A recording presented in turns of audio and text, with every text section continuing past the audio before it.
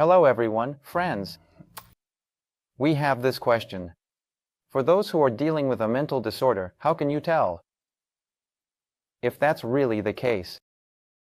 Well, subscribe to our channel, give us a like, and hit the bell. I'll put it this way.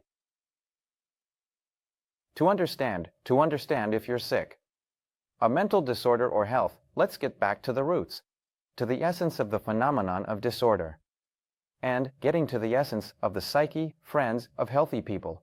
We're all a bit crazy to some extent, but that's the truth.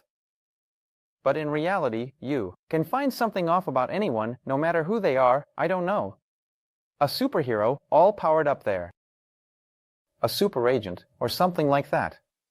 Everyone has their own kinds of deformities, their own kinds of distortions. In your mind and body, you can call it a mental disorder. You can call it something else, but the depth of this process, the depth of the deformation, the distortion, it defines what we call normal. And people, regular people. Yeah, we're all actually unhealthy in our society. Unhealthy, but that's the truth.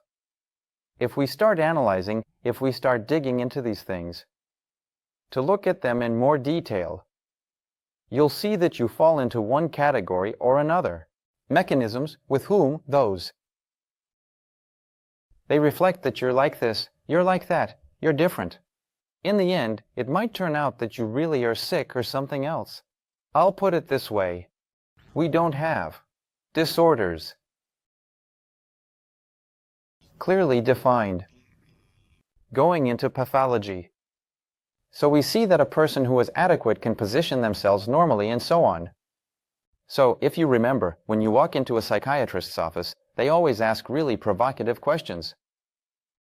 Yeah, and they watch how you react to them. Yeah, do you wet the bed? Do you sleepwalk? Is that in your family? Were there people with mental illnesses? And there, well, something else along those lines, yeah. So, the questions that can kind of shake things up or something like that, asking them directly, you know. You can see how a person reacts to it, how they generally respond to provocation.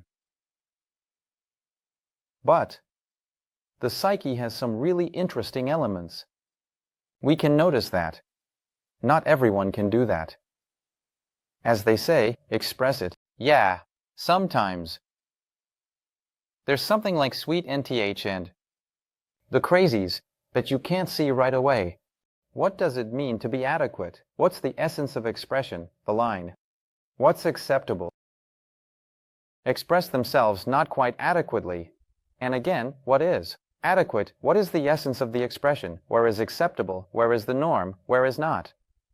At the moment, specifically doctors and psychiatrists, psychotherapists, perhaps, can make some kind of verdict, their own analysis, etc. But I won't take on those things. I can simply tell you that there are no healthy people.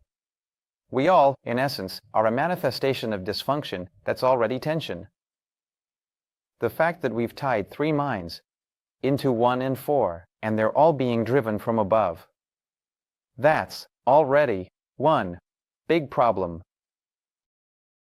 I can't say where the healthy people are, and where the sick ones are, because in many cases, I see people who have really lost themselves and have drifted pretty far from their own bodies. Real crazy people, real schizophrenics, real psychos. I see that. They've just lost their center, they've lost themselves. So, against this backdrop, we see what we see. But in reality, if there's a way in the spiritual world to bring a person back to their center, I'm sure they'll return to a normal and balanced state. In my practice, I've had a few people with serious disturbances, with really shaken mental health. They had external influences, there were magical influences, entities, on them. After removing those, we noticed that the person stabilized. He stopped being haunted by nightmares. And everything evened out, and so on. I'm sure that if this person went to a mental hospital, they'd feed him pills. They'd tie him to the bed, and, basically, at that point, the therapy would be over, right? So the person would just keep suffering and suffering. Various Well, with these procedures, there's no understanding of the inner essence, like what's really happening with the person.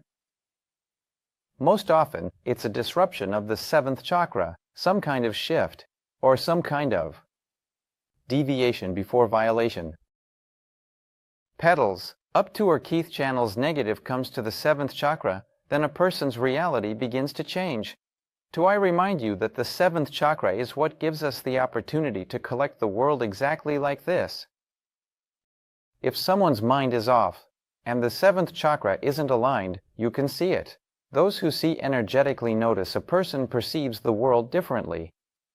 They might see things like a non-existent palm tree or another person. They might talk to that person, but in reality, they're not there. The seventh chakra's shift causes them to gather reality differently. He can talk to him, even though that person isn't really there, but in his world, he is. The seventh chakra is shifted, and because of that, he sees reality differently. There will be a person standing here. If we all were like that, then maybe there would be a person standing here for all of us, understanding. We're all just centered. Accordingly, we all see the same thing. That's pretty much how I see this process, friends. We're all a bit crazy, and that's totally normal.